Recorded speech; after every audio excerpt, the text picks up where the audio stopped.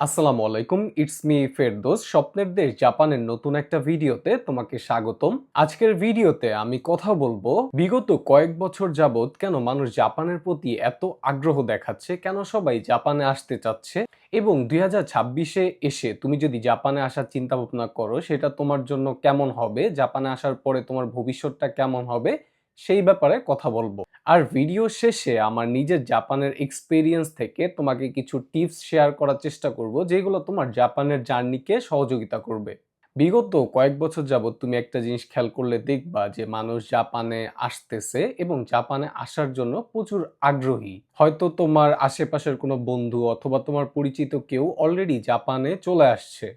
তো জাপানে আসার পিছনের মূল কারণটা আসলে কি? মূল কারণটা হলো জাপানে আসা তুলনামূলক সহজ।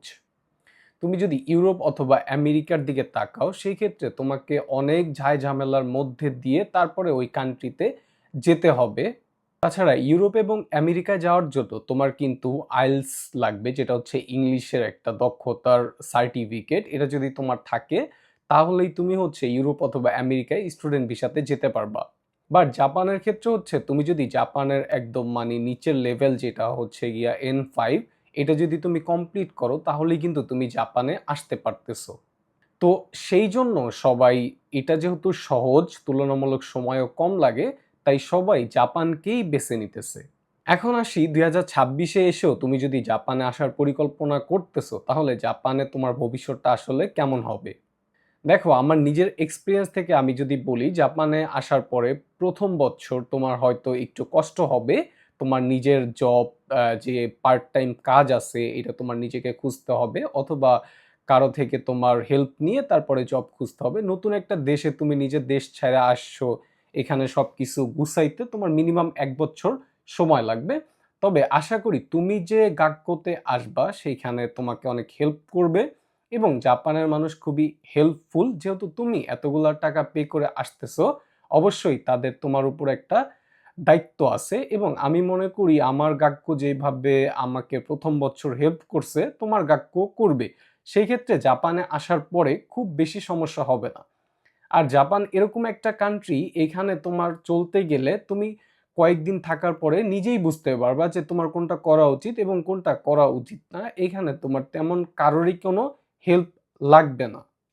অ্যান্ড যদি জাপানের ভবিষ্যতের কথা বলি, দেখো জাপানে তুমি আসার পরে যদি ভালো মতো নিহনগো গাক্কো জাপানিজ ভাষাটা শেষ করো, সেনমন অথবা দাইগাকুতে তুমি যদি যাও, সেক্ষেত্রে তোমার পড়াশোনা করার পরে তুমি ভালো একটা চাকরি করতে পারবা এবং স্টুডেন্ট অবস্থাও তুমি ভালো একটা অ্যামাউন্ট ইনকাম করতে পারবা।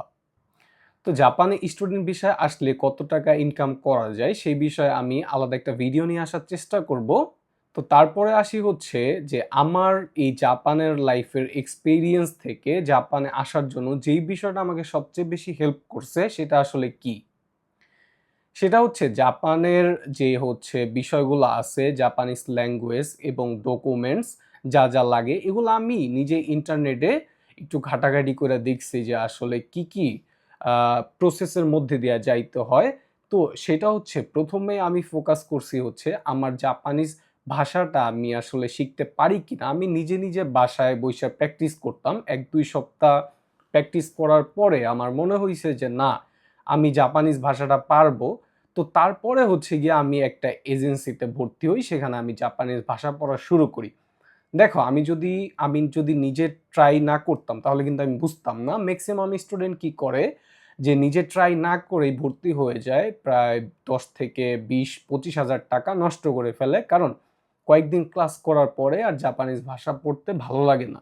সেক্ষেত্রে তুমি নিজে নিজে বাসায় আগে পড়ে দেখবা, সেক্ষেত্রে তুমি ভোকাবুলারি পড়তে পারো অথবা জাপানের যে অক্ষরগুলো আছে সেগুলো পড়তে পারো, সপ্তাহের নাম, দিনের নাম, মাসের নাম, এইগুলাই তুমি পড়তে পারো। দেন হচ্ছে গিয়ে তুমি বুঝতে পারবা যে আসলে তুমি যে জাপানিজ ভাষাটা পড়তে চাও কিনা বা এটার প্রতি তোমার আগ্রহ আছে কিনা। তো ১ম ফোকাসটা থাকবে হচ্ছে তোমার জাপানিজ ভাষা। দ্বিতীয়ত হচ্ছে তোমার ডকুমেন্টস এর যে ব্যাপারটা আছে। ডকুমেন্টস কিন্তু খুব বেশি কিছু লাগে না। এক্ষেত্রে তোমার মেট্রিকের সার্টিফিকেট এবং ইন্টারের সার্টিফিকেট, তোমার পাসপোর্ট, এই সমস্ত বিষয়গুলোই হচ্ছে গিয়া ইম্পোর্টেন্ট।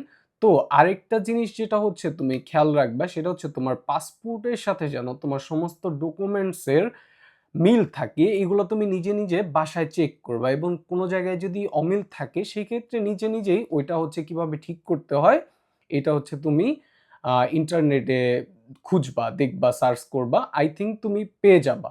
আমরা বাংলাদেশে ছিলাম, বাংলাদেশে তো জানোই ডকুমেন্টসের অবস্থা কি, প্রতিটা ডকুমেন্টসের মধ্যেই অনেক ঝামেলা থাকে।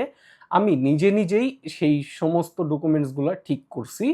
তো এই ক্ষেত্রে আমার নিজের একটা অভিজ্ঞতা আছে। তোমার যদি ডকুমেন্টসে কোনো সমস্যা থাকে সেক্ষেত্রে তুমি অবশ্যই আমাকে কমেন্ট করে জানাবা, এবং কিভাবে সেটা সমাধান করতে হয় আমি তোমাকে বলে দিব। স্বপ্নের দেশ জাপান সম্পর্কে জানতে তুমি আমার সাথেই থাকতে পারো। সেইজন্য তুমি আমার ইউটিউব চ্যানেলটা সাবস্ক্রাইব করে দাও। আর ভিডিওটা যদি ভালো লাগে তাহলে অবশ্যই লাইক করে দিবা।